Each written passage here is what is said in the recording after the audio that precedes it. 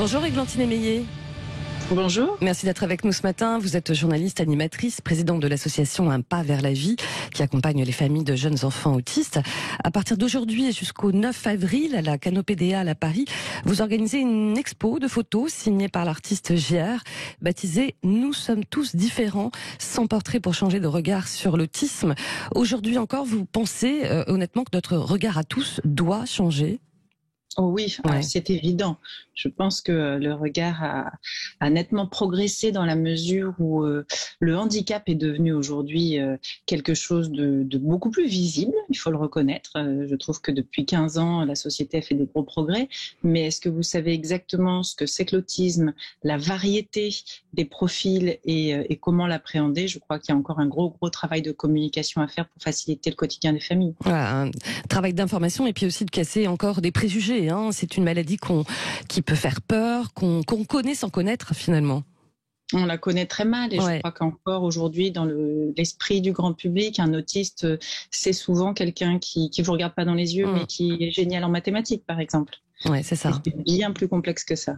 Alors justement, JR a pris des photos en noir et blanc, c'est ça, d'enfants, d'adultes, pour montrer quoi, à la fois nos différences et nos ressemblances. C'est exactement ça. Ce sont des grands portraits avec des expressions que vous allez prendre en pleine figure. Et ce sont des expressions d'enfants, d'adultes autistes, mais aussi de leurs parents, de leurs frères et sœurs, de leurs éducateurs parfois. Tout ça se mélange et vous allez vous retrouver aussi face à vos propres émotions comme ça. Et on avait envie d'appuyer à la fois sur les différences pour les expliquer, mais montrer que finalement, autistes ou pas, on est tous les mêmes. Ouais. Alors, il faut rappeler des chiffres. 700 000 personnes en France sont atteintes de troubles du spectre autistique. C'est comme ça qu'on dit. 8 000 enfants autistes naissent chaque année en France, soit un enfant sur 100. Vous-même, vous êtes maman d'un enfant autiste et polyhandicapé. Qu'est-ce qui est le plus compliqué pour les familles ? C'est très difficile de décider ce qui est le plus compliqué. Tout est compliqué. C'est-à-dire que la variété des profils, la variété des troubles autistiques est tellement vaste qu'il n'y a pas de solution toute faite. Vous n'allez pas vous retrouver avec un médecin qui va vous dire voilà, votre fils est autiste, voilà la prise en charge qu'il vous faut. En fait, vous êtes face à un océan de vide et c'est à vous de trouver les solutions. C'est très compliqué. On manque encore de temps. Le diagnostic a progressé, mais c'est parfois difficile de l'avoir parce qu'il n'est pas facile non plus à diagnostiquer justement.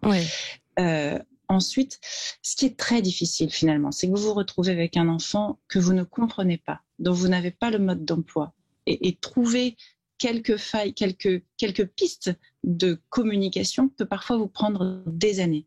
Et en attendant, vous avez des enfants qui, livrés à toute cette incompréhension, se sentent donc mal, ont du mal à appréhender leur environnement et s'expriment de façon très douloureuse dans la famille. Ça fait des familles avec des enfants qui crient beaucoup avant de comprendre comment communiquer.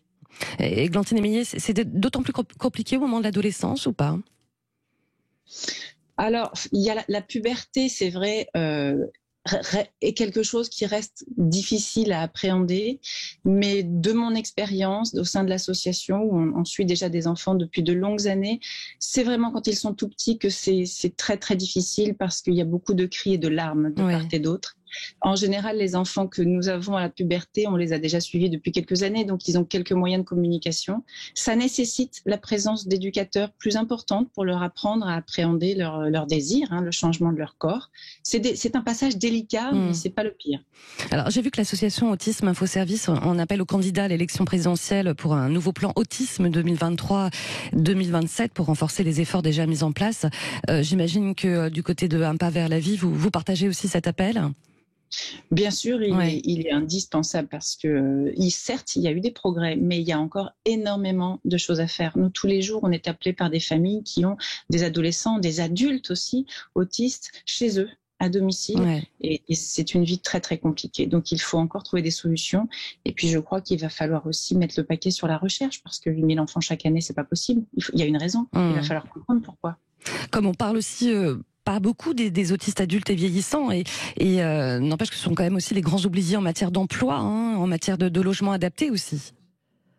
Alors en matière d'emploi, c'est vrai qu'il ne faut pas oublier que le spectre de l'autisme, comme on dit, il est très large. Vous allez avoir des autistes qui ne peuvent pas communiquer, qui ne sont pas verbaux et qui ont des déficiences intellectuelles. Mais vous avez des autistes comme vous et moi qui sont capables d'aller à l'école, à l'université, d'étudier et qui ont toute leur place au sein d'entreprises. Et ça, c'est encore très difficile. Donc c'est le travail de sensibilisation à faire, il est important. Et puis le deuxième aspect que vous souleviez, c'était lequel? Des logements adaptés. Oui, beaucoup pour l'instant ne sont pas. Il y en a plein qui ne sont pas autonomes. C'est pas une raison pour vivre chez leurs parents toute leur vie. Bien et je sûr. pense qu'aujourd'hui, on est à la recherche de ce qu'on appelle des habitats inclusifs, que les personnes autistes qui ont besoin d'aide puissent vivre non pas dans des grandes institutions, c'est pas ça leur besoin, mais des habitations adaptées à dimension humaine où on peut vivre à 4, à 5. En s'étant cooptés, choisis et en mettant en commun une aide. Et ça met une vraie vie qu'ils auront choisie eux. Nous sommes tous différents, sans portrait pour changer de regard sur l'autisme. C'est une expo gratuite, signée Gier, qui a lieu jusqu'au 9 avril, notamment à la Canopée des Halles de Paris. Merci beaucoup, Églantine Émeillé, d'avoir été avec nous. Merci à vous. Merci. Et je souligne que l'exposition est aussi à Versailles, dans les jardins de la mairie. Voilà, c'est dit, jusqu'au 9 avril. Et vous êtes, on le rappelle, le président de l'association Un pas vers la vie. Merci, belle journée à vous. À bientôt.